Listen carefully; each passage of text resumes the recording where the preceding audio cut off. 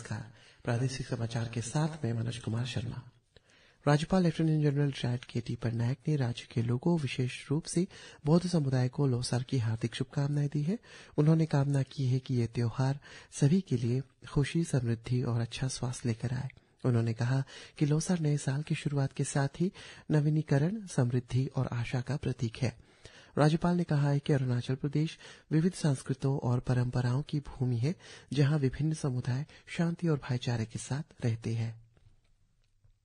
मुख्यमंत्री पेमा खांडू ने गत बुधवार को ईस्ट कामेंग जिले के चांगताजो में न्योकुम उत्सव में भाग लेते हुए कहा कि Arunachal Pradesh freedom of religious act 1978 किसी भी धर्म के खिलाफ नहीं है। श्री खांडू ने कहा है कि यह अधिनियम केवल राज्य की समृद्धि, स्वदेशी सांस्कृतिक विरासत की रक्षा के लिए है, जो प्रत्येक जनजाति को एक अलग पहचान देता है और परंपराओं को उसके शुद्धतम रूप में संरक्षित करता है। उन्होंने लोगों से भ्रमित न होने का आग्रह करते हुए कहा कि यह अधिनियम 1978 में अस्तित्व में आया था और इसमें कोई नियम नहीं थी। उन्होंने कहा है कि अब उच्च न्यायालय ने निर्देश के साथ राज्य सरकार नियम बनाने के लिए काम कर रही है। मुख्यमंत्री ने आश्वासन दिया है कि इस एक्ट के तहत ऐसा कोई भी नियम नहीं बनाया गया है जो किसी विशेष धर्म के खिलाफ या उसके पक्ष में हो। उन्होंने कहा है कि अधिनियम पर और अधिक स्पष्टता के लिए कोई भी राज्य के गृह मंत्री मामा नातुंग से संपर्क कर सकते हैं। आज सुबह करीब 2:30 पर असम, अरुणाचल प्रदेश और पूर्वोत्तर के अन्य राज्यों में रिक्टर पैमाने पर 5 तीव्रता के तेज भूकंप के झटके महसूस किए गए। नेशनल सेंटर फॉर सिस्मोलॉजी के अनुसार भूकंप का केंद्र असम में मोरीगांव के पास था। इधर राजधानी ईटानगर में भी भूकंप के तेज झटके महसूस किए गए, जिससे देर रात कई निवासी अपने घरों से बाहर निकल आए। हालांकि अभी तक किसी के हताहत होने की या नुकसान की कोई खबर नहीं है।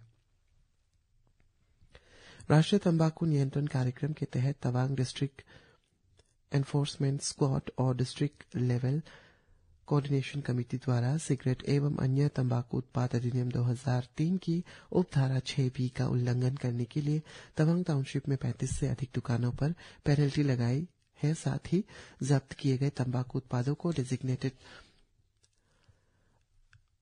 रिस्पांस ग्राउंड में निपटारा किया गया है। अधिनियम के उपधारा 6B किसी भी शैक्षणिक संस्थान के 100 गज के भीतर तंबाकू उत्पादन की बिक्री पर प्रतिबंध लगाती है। पंजाब पुलिस द्वारा जालंधर, पंजाब में आयोजित नेशनल इक्वेस्ट्रियन चैंपियनशिप 2025 में बेस्ट राइडर का खिताब असम राइफल्स के वांगथान लामाती ने अपने नाम किया है। इस चैंपियनशिप में देश भर के शीर्ष घोड़सवारों ने भाग लिया, जिसमें लामाती ने टेंट पेगिंग में शानदार प्रदर्शन किया। श्री वांगथाम तिराप जिले के खेते गांव के निवासी हैं। मुख्यमंत्री पेमा खांडू और उप मुख्यमंत्री चाउना मेन ने उनको इस उपलब्धि के लिए बधाई दी है। श्री खांडू ने सोशल मीडिया पोस्ट में कहा कि बेस्ट राइडर का खिताब जीतकर लामाती ने न केवल अपने गांव का बल्कि पूरे राज्य को गौरवान्वित किया है। नेहरू युवा केंद्र अपर सुबनसिरी जिला द्वारा सेंगिक होटल दापोरिजो में 3 दिवसीय inter district youth exchange programme का आयोजन किया गया। कार्यक्रम में मुख्य अतिथि के रूप में शिरकत करते हुए दुम्पोरिजो के विधायक रोदोबुई ने युवाओं को एक अच्छा नागरिक बनने और समाज और राष्ट्र के निर्माण में सेवा करने की सलाह दी है। साथ ही युवाओं से असामाजिक गतिविधियों, विशेष रूप से नशीली पदार्थों से दूर रहने का आह्वान भी किया। मौसम विभाग द्वारा अगले 24 घंटों के दौरान ईटानगर और आसपास के इलाकों में बादल छाए रहने का अनुमान व्यक्त किया गया है। आज का अधिकतम तापमान 24.9 डिग्री सेल्सियस और न्यूनतम तापमान 14 डिग्री सेल्सियस दर्ज किया गया। वित्त मंत्री निर्मला सीतारमण ने कहा है कि वैश्विक स्तर पर सभी चुनौतियों के बावजूद भारत विकास के साथ आगे बढ़ रहा है।